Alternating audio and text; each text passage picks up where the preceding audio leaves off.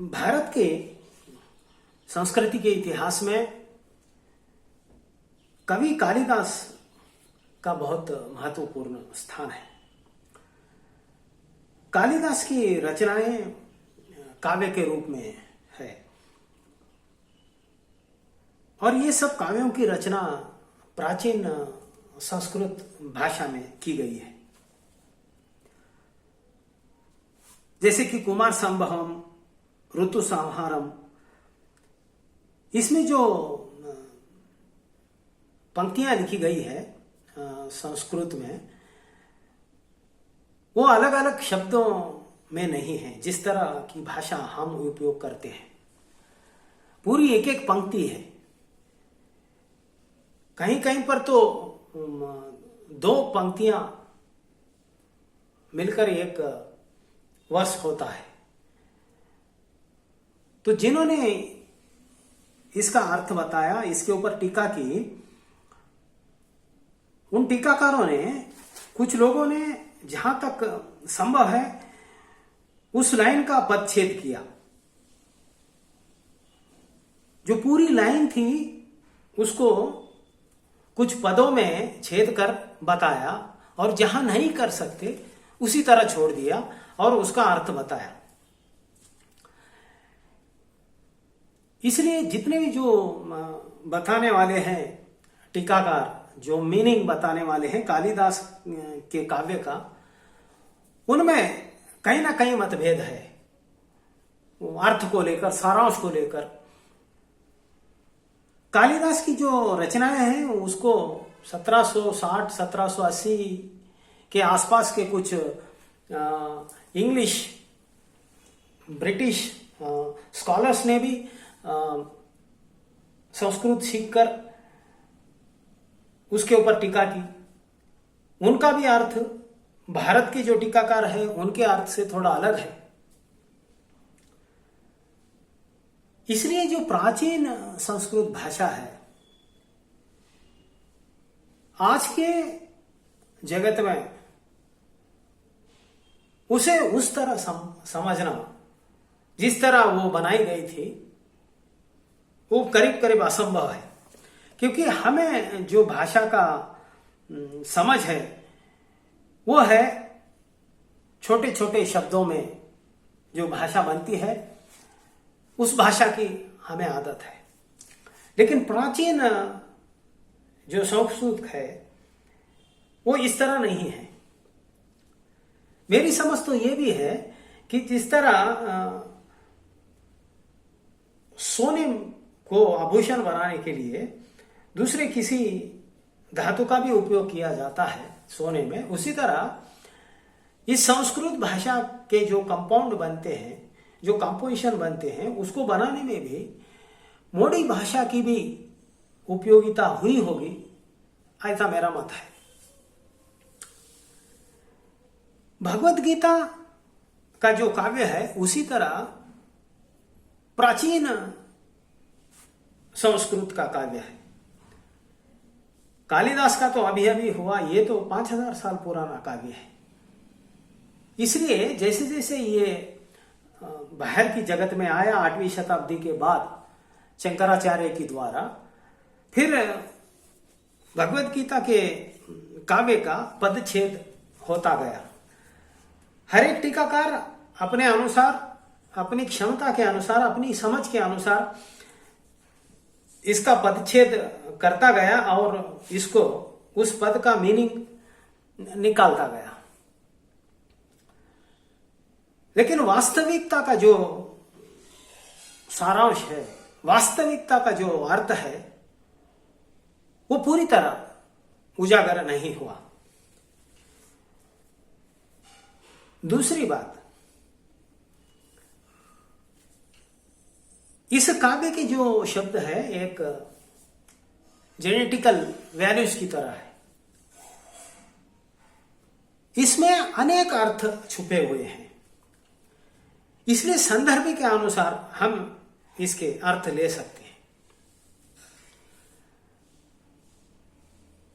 संस्कृत भाषा की एक और एक आश्चर्यता यह है कि कुछ शब्दों के विरोधाभासी भी अर्थ होते हैं, एक ही शब्द के विरोधाभासी भी अर्थ हो सकते हैं। जैसे कि संहार, संहार का अर्थ जहां तक हम समझते हैं समाप्त करना, एंड करना, यह भी एक अर्थ है।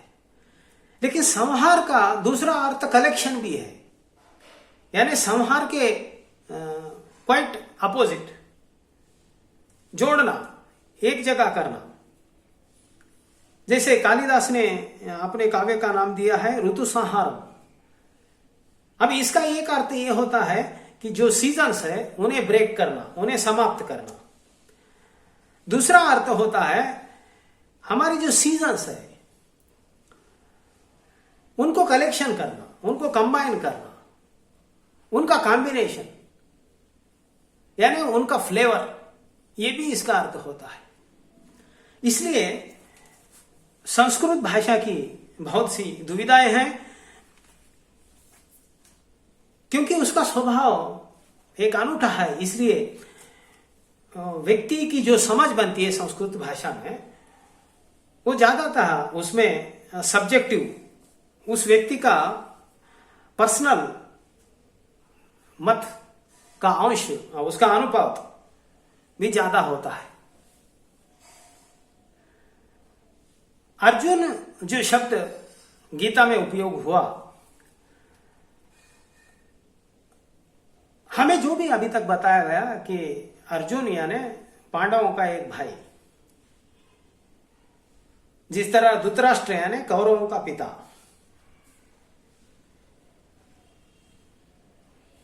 क्योंकि गीता का जो ज्ञान है वो मनोविज्ञान की माध्यम से दिया गया है, तो मनोविज्ञान उसका माध्यम है। उदाहरण के लिए हम धृतराष्ट्र या अर्जुन जो पांडवों के अंश है, उस कुरुक्षेत्र के अंश है, उस महाभारत के पात्र है, गीता का मनोविज्ञान समझाने के लिए उन पात्रों का उपयोग हम कर सकते हैं भगवत गीता में भी। लेकिन अर्थ जो मनोविज्ञान के द्वारा दिया गया, वहां पर अर्जुन जो पांडवों का भाई है वो नहीं हो सकता, ऐसा मेरा मत है। तो फिर मनोविज्ञान की भाषा में अर्जुन शब्द का अर्थ क्या है? अर्जुन एक कॉम्बिनेशन है। इसकी जो स्रोत है, इसके जो झरने हैं, वो है रू। रू का अर्थ होता है रोना, टू क्राई। रुज, पेन, पीड़ा। रुज यानी पीड़ा से, किसी पीड़ा से ग्रसित होना। ई का मतलब है इच्छा। अनु का मतलब है to search, to follow with. अर्ज का अर्थ है जो इच्छा है उसको टेकअप करना, यानी इतने स्रोतों से बना हुआ ये कॉम्बिनेशन है अर्जुन। तो अर्जुन शब्द का अर्थ होता है जिससे हमको पीड़ा हो रही है, उस पीड़ा की खोज करने की इच्छा रखना, उस पीड़ा का कारण ढूंढने की इच्छा रखने वाला व्यक्तित्व, यानी एक अन्वेषक, एक इन्वेस्टिगेटर, ऐसा व्यक्तित्व। क्योंकि हम मन का विज्ञान की बात कर रहे हैं, मन के संतापग्रस्तता की बात कर रहे हैं, मन के फ्रस्ट्रेशन की बात कर रहे हैं, तो यहां पर अर्जुन का अर्थ होता है ऐसा व्यक्तित्व जो कि मन की जो संतापग्रस्तता है, मन का जो फ्रस्ट्रेशन है, उसका कारण ढूंढने वाला, उसको इंक्वायर करने वाला, उसकी इच्छा रखने वाला व्यक्तित्व, एन इन्वेस्टिगेटर, एन इंक्वायरर। भगवान बुद्ध की भाषा में एक साधक जिसे तो बताया गया है कि अपनी संतापग्रस्तता को, अपने फ्रस्ट्रेशन को, अपने विषाद को जानो, उसकी इंक्वायरी करो, उसके कारणों को मालूम करो। कैसे? आप दीपो भावा, खुद इंक्वायरी करके, खुद इन्वेस्टिगेटर बन के। तो अर्जुन का शब्द है, अर्जुन का जो शब्द है उसका अर्थ है यहां पर ऐसा व्यक्तित्व जो हमारा जो फ्रस्ट्रेशन है, जो हमारा जो माइंड है, जो कॉन्फ्लिक्ट में, दुविधा में है, उसका कारण ढूंढने वाला, उसकी इंक्वायरी करने वाला। अगले पड़ाव में अब हम देखेंगे दुर्योधन शब्द का अर्थ क्या है। आज इतना ही। नमस्कार।